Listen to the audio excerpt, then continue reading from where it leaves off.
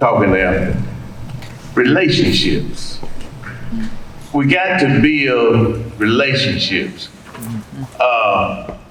I don't even have to like Glenn, but if I'm in this business, I got to be Glenn's friend. Because Glenn, you heard the story. He got the knowledge base. And if I'm just getting in the game and I don't feel like I know Glenn's phone number on speed dial, I hadn't built a relationship. The other thing is, if you don't have a relationship with the farm, then you don't have a relationship.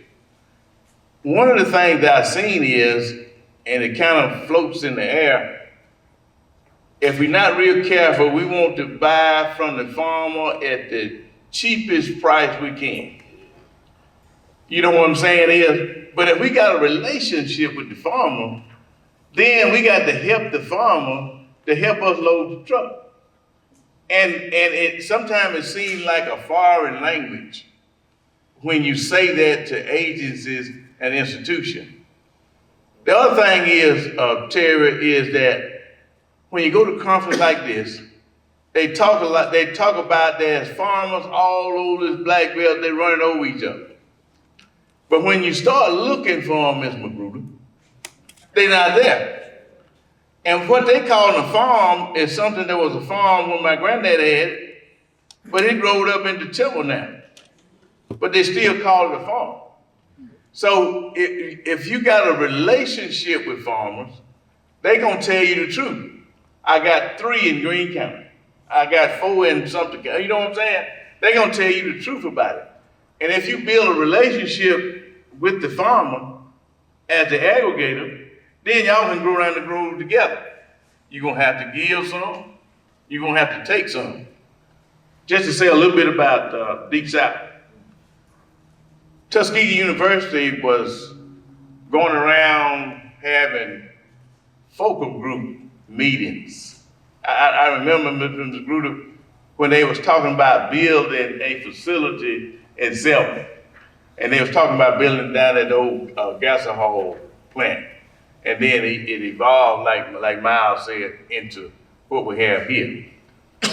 But those listening sessions created the opportunity to put Deep South food lines together.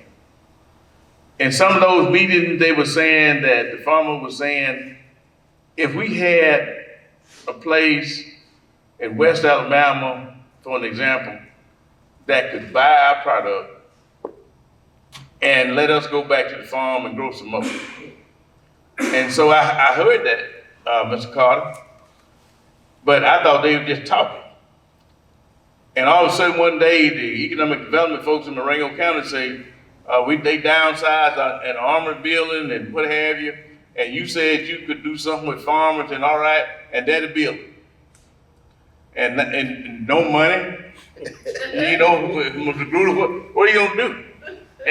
But you think about it is something that you call faith. And I said, okay, I'll take it, because the farmer said that they needed a place that they would buy their product, they go back to the farm, and you do that. And you had to figure out, you heard what Glenn said, you had to figure out how to do that.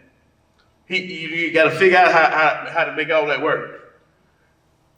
The other part of that, and I made a note, is around food and Christian, around development of this corridor, what we're really talking about is an opportunity to build wealth. The most exciting thing, Glenn, it may not be exciting, but it got a special place in my heart. When Shirley, raise your hand back there.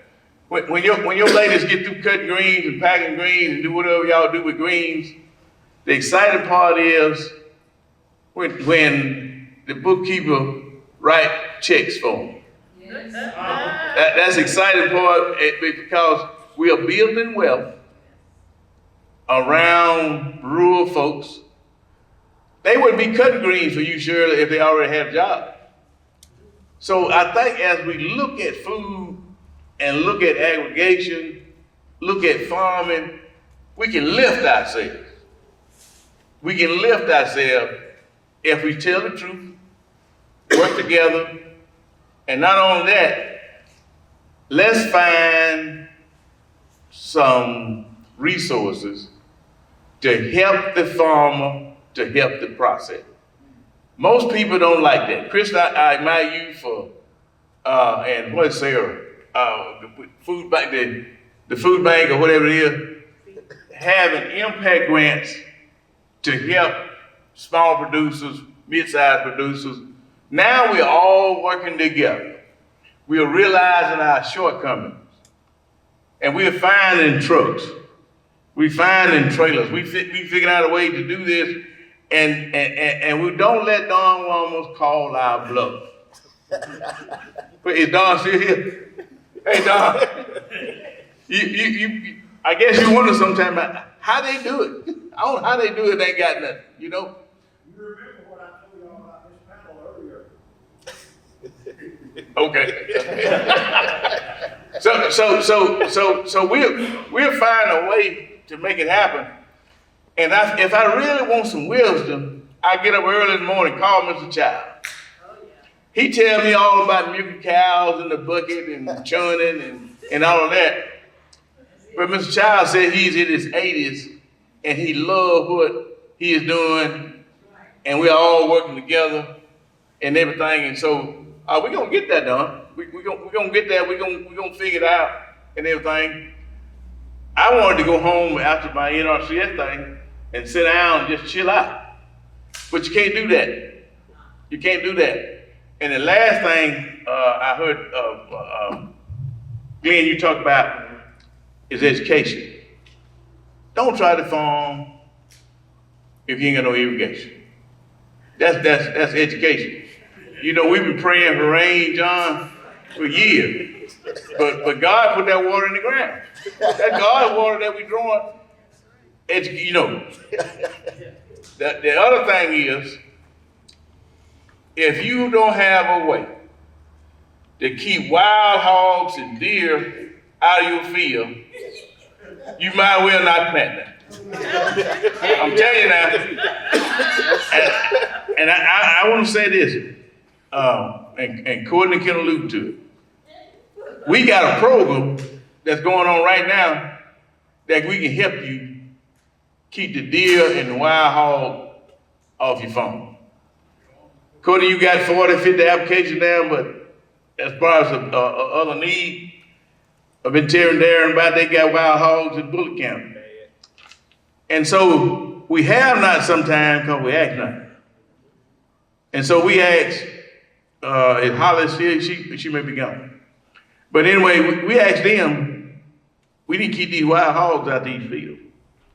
They said, okay, here's the money and you administer for the whole South Alabama. But we have not sometimes because we ask not.